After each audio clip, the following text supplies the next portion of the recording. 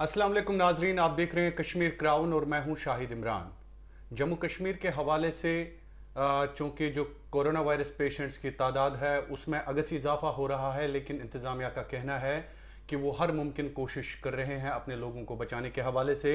जनूबी कश्मीर के शोपियन ज़िले में भी कोरोना वायरस पॉजिटिव पेशेंट्स की तादाद गर्चे बढ़ गई है, लेकिन उस हवाले से इंतज़ामिया क्या कुछ कर रही है, तफसीलात, इंतज़ामात, अहकामात और एहतियात के हवाले से हमने ये मुनासिब जाना कि ज़िला तरक्याती कमिश्नर शोपियान चौधरी मोहम्मद यासीन को हम अपने शो पे बुलाते हैं, उनसे तफसीलात लेते हैं कि उनके ज़िले में क्या कुछ किया जा रहा है। चौधरी यासीन साहब, आपका बहुत बहुत शुक्रिया। जी, अस्सलाम वालेकुम। बहुत बहुत शुक्रिया आपका मुझे बुलाने के लिए। जी, यासीन साहब, ये बता दीजिए हमें सबसे पहले कि आपके ज़िले में क्या कुछ इंतज़ामात हैं। कई एक रेड जोन्स भी आपने करार दिए हैं, तो आम लोगों के हवाले से क्या कुछ किया जा रहा है, चाहे एसेंशियल कमोडिटीज़ की बात करें या बाकी जितने भी इंतज़ामात ज़िले में हैं।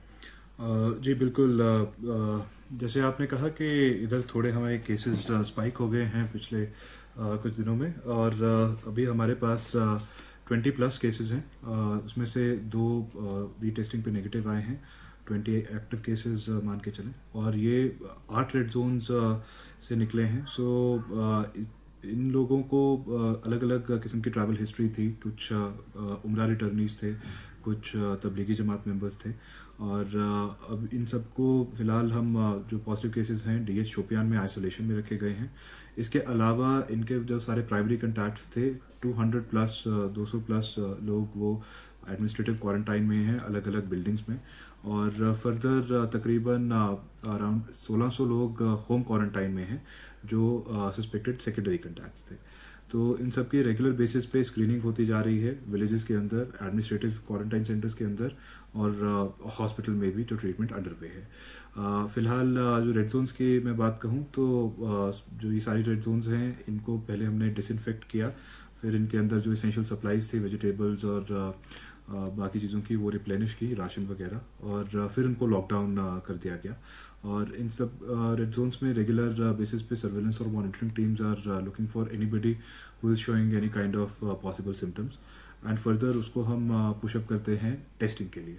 फ़िलहाल मैं आपको बता दूं कि 200+ टेस्ट हैव बीन कंडक्टेड, जिससे हमें ये 20 केसेस मिले हैं, और हर दिन हम अराउंड 50 to 60 सैम्पल्स उठा रहे हैं।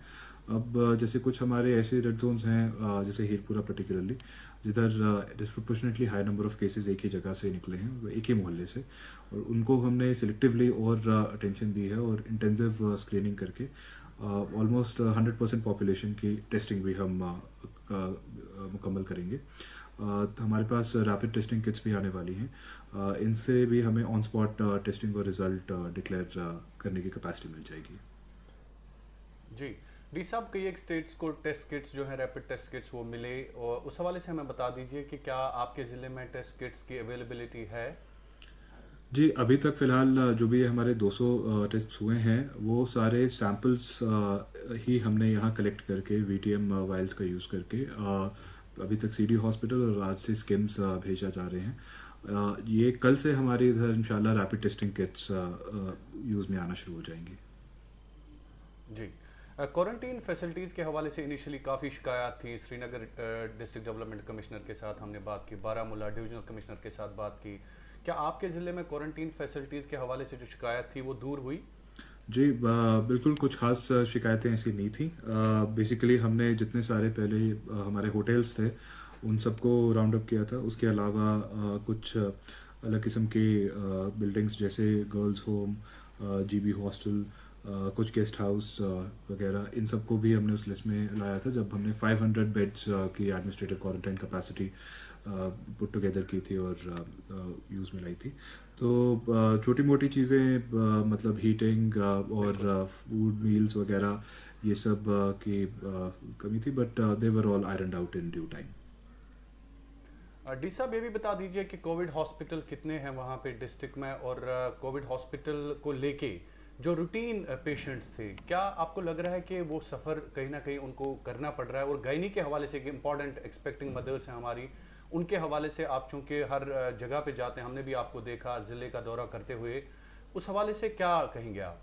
जी बिल्कुल, ये मैं पूरे अवाम को यकीन दिलाना चाहूँगा कि कोरोना से ये पॉजिटिव केसेस या सस्पेक्टेड केसेस को हैंडल करते करते हमारी रेगुलर मेडिकल सर्विसेज में कोई कमी नहीं आई है। हर जगह सिजेरियंस डिलीवरीज और गायनी सर्विसेज इंटैक्ट वैसी ही चल रही हैं। हमारे डिस्ट्रिक्ट हॉस्पिटल का एक ब्लॉक जो नई बिल्डिंग थी, that we have set apart for treating positive cases. पर उसके अलावा जो पुराने ब्लॉक्स थे वो काफ़ी डिस्टेंस पे लोकेटेड हैं इस ब्लॉक से, और वहाँ पे रेगुलर सर्जिकल वार्ड और ये ऑपरेशन थिएटर, जनरल वार्ड और गायनी वार्ड वो सब इंटैक्ट जैसे पहले चल रहे थे वैसे ही चल रहे हैं। इसके अलावा CHC केलर और SDH जैनपुरा दोनों जगह भी डिलीवरीज और सिजेरियंस जारी हैं। जी डी साहब, राशन के हवाले से कंफ्यूजन है। कई एक लोग ये कहते हैं कि शायद राशन सिर्फ BPL फैमिलीज को मिलेगा, तो राशन के हवाले से कंफ्यूजन क्लियर कर दीजिए। क्या ये फ्री आप बांट रहे हैं या BPL फैमिलीज को फ्री है या उनको फ्री है जिनका राशन कार्ड नहीं है? ये थोड़ा सा कंफ्यूजन क्लियर कर नहीं नहीं, ऐसा ये बिल्कुल गलतफहमी है। हमने ऑलरेडी मई महीने तक का राशन पूरे ज़िले में डिस्ट्रीब्यूट कर दिया है। उसके अलावा जो रिसेंटली लॉन्च्ड स्कीम है, एक ये प्रधानमंत्री गरीब कल्याण योजना, जिसके तहत जितने भी BPL लोग हैं उनको extra over and above the regular ration 5 kilo पर इंडिविजुअल फ्री में जो दिया जा रहा है, ये उसमें शायद लोग थोड़ा कन्फ्यूजन कर रहे हैं। एंड इन एनी केस यहाँ हमारे पास 38,000 फैमिलीज ऐसी हैं जो BPL में रजिस्टर्ड हैं, और उन सबको ये 5 kgs फ्री राइस देने वाला जो ये मुहिम है, ये आज हमने किक स्टार्ट कर दी है। इनफैक्ट मैं अभी वो डिस्ट्रीब्यूशन किक स्टार्ट करके आ रहा हूँ। उसके साथ साथ शोपियां में हमने ओवर एंड अबव दैट एक स्पेशल फीचर ऐड किया है। अपने रेड क्रॉस जो हमारे फंड्स थे और कुछ SDRF फंड्स और जो कुछ डोनेशंस हमें आई थी, उससे हमने इन फैमिलीज में से भी हमने जो सबसे गर्जमंद और ज़रूरतमंद 2000 फैमिलीज ऐसी आइडेंटिफाई की हैं, जिनको हम special food packets consisting of 1 kg dal, 1 kg potatoes, 1 kg nutri and 1 litre oil, ये हम मुहैया करवा रहे हैं फ्री ऑफ कॉस्ट। डी साहब, एसेंशियल जो इमरजेंसी सर्विसेज हैं उनके हवाले से कई एक लोगों को शिकायत आ रही है या दिक्कत आ रही है, माफ़ कीजिएगा, तो इस हवाले से क्या पासेस मिल रहे हैं? क्या बराबर ताउन मिल रहा है उन लोगों को जिनको ज़रूरी हॉस्पिटल या बाकी जगहों पे पहुंचना होता है? जी बिल्कुल, ये Shopian was the first district जिसमें हमने सारे employees essential service as well as those who were supposed to attend duties, इन सबको हमने बाकायदा पासेस इशू किए। किसी को ये नहीं कहा गया कि आप अपना आइडेंटिटी कार्ड शो कीजिए नाकों पे। तो हर जगह मूवमेंट मेजरली स्मूथ रही। उसके अलावा भी अगर कुछ जैसे केसेस थे जिनको कीमोथेरेपी, क्योंकि यहाँ कैंसर इंसिडेंट्स काफ़ी आई है, कीमोथेरेपी के लिए श्रीनगर जाना था, यहाँ हमें डियालिसिस फैसिलिटी नहीं है तो डियालिसिस के लिए पुलवामा या श्रीनगर जाना था, या जिनका उधर मैटरनिटी केयर कहीं और किसी और हॉस्पिटल में रजिस्टर्ड था, उधर डिलीवरी के लिए जाना था, या कुछ और किस्म की इमरजेंसीज जो थी, उन सबको हमने मूवमेंट पासेस प्रॉपर्ली टाइम पे अवेलेबल करवाए, और किसी भी तरह की मेजर इश्यूज हमने नहीं फेस किए। डी साहब, एक और सवाल है कि जो अहम सर्विसेज हैं, चाहे हम बिजली की बात करें, पानी की बात करें, कई एक इलाकों से शिकायतें आ रही हैं कश्मीर के कई एक गोशों से, तो इस हवाले से शुपियन में क्या हाल है? बिजली और पानी जो सहूलियात हैं उस हवाले से क्या आवाम को कोई दिक्कत तो नहीं आ रही है? जी मेजरली ये सब ठीक रहा except for some time in between. जब आपने भी सुना होगा कि मीर बाज़ार लाइन का एक टावर जो रामन में लोकेटेड था, वो लैंडस्लाइड इसमें डैमेज हो गया था, जिसकी वजह से 150 मेगावाट का डेफिसिट चल रहा था कश्मीर में। वो majorly south Kashmir was affected, but subsequently JKPDCL had put in place an emergency system और that deficit was addressed through the Pampur grid। और अभी फ़िलहाल हमारे ज़िले में मेजरली वो सारा जो डेफिसिट था वो प्लग हो गया है, कोई ऐसी दिक्कत नहीं है। फिर भी we are working round the clock. पानी के थोड़े इश्यूज ये रहे बिकॉज हमारी पिछली बार जब अनटाइमली हेवी स्नोफॉल हुई थी तो काफ़ी लैंडस्लाइड्स आई थी ऊपर मुगल रोड के अराउंड रमजाड़े नाले पे, एंड बिकॉज रंबियाड़ा नाला is like the main source of water, so उसका पानी काफ़ी मडी हो गया है। सो कुछ एरियाज़ में इस मडी वाटर के रिलेटेड इश्यूज़ हैं जो हम एड्रेस करने में लगे हुए हैं। We are trying to install a modular plant in the Padmavan reservoir as soon as possible. और उसके अलावा हमने कुछ एरियाज़ जैसे गार्डन वगैरह है उसमें लोगों को आलम डिस्ट्रीब्यूट किया है ताकि वो अपने घर में जो उनके टैंक्स हैं उसमें वो सेडिमेंटेशन से थोड़ा सा इस टर्बिडिटी की ट्रीटमेंट कर सके। बिल्कुल डी साहब, एक आखिरी और अहम सवाल है कि बीरून रियासत या बीरून ममालिक में आपके शोपियन से भी कई एक लोग हैं जो मजदूरी करने के लिए, पढ़ाई के लिए जाते हैं और वो फंसे हुए हैं, दरमांदा हैं। आपको भी कई एक कॉल्स आई होंगी इस हवाले से। आपका जो डिस्ट्रिक्ट है मुगल रोड के साथ भी टच करता है और बाकी जो रवाबित हैं, तो ये बताएं हमें उन लोगों के लिए ख़ास प्लान, हर डीसी से हम ये पूछते हैं, अपने लोगों के लिए आपने क्या सोचा है? जी देखिए, ये बाकी यही बात है कि काफ़ी स्टूडेंट्स और लोग अलग अलग जगह फंसे हुए हैं और वो हमसे भी राब्ते में हैं।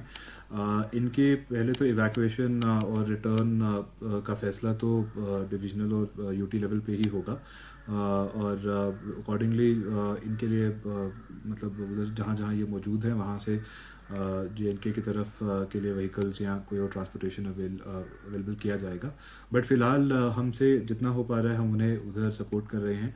I have personally spoken to my counterpart DCs in few other states and requested help for some students who were stuck somewhere without ration or money। कुछ को हमने इधर से मनी ट्रांसफ़र करके अकोमोडेशन कुछ मतलब उनकी हेल्प की, और भी कुछ सिलेक्टिव तरह की इंटरवेंशंस हमने की। जितना हमसे हो पा रहा है हम कर रहे हैं।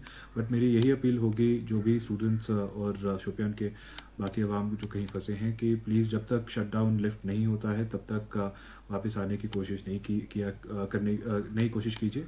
और ये आपकी प्रॉब्लम हम सब जानते हैं और आपको इवैक्यूएट करने का प्रॉपर प्लान बना रहे हैं।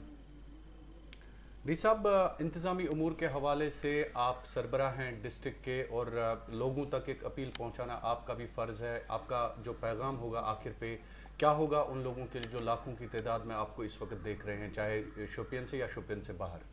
जी बिल्कुल, जी शोपियां के अवाम के लिए मैं यही पैगाम दूंगा कि पहले तो मैं आप सबका काफ़ी शुक्रगुजार हूँ कि आपने शट डाउन ऑब्ज़र्व करने में हमारा काफ़ी ताउन किया।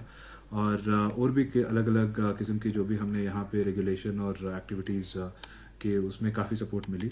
स्पेशली जो कुछ हमारे NGO ट्रस्ट और वॉल्टियर्स हैं उन्होंने काफ़ी बढ़ चढ़ के एक्टिवनेस दिखाई। काफ़ी लोगों ने यहाँ फ्री डोनेशंस भी दी। सो मैं उन सबका काफ़ी शुक्रगुजार हूँ।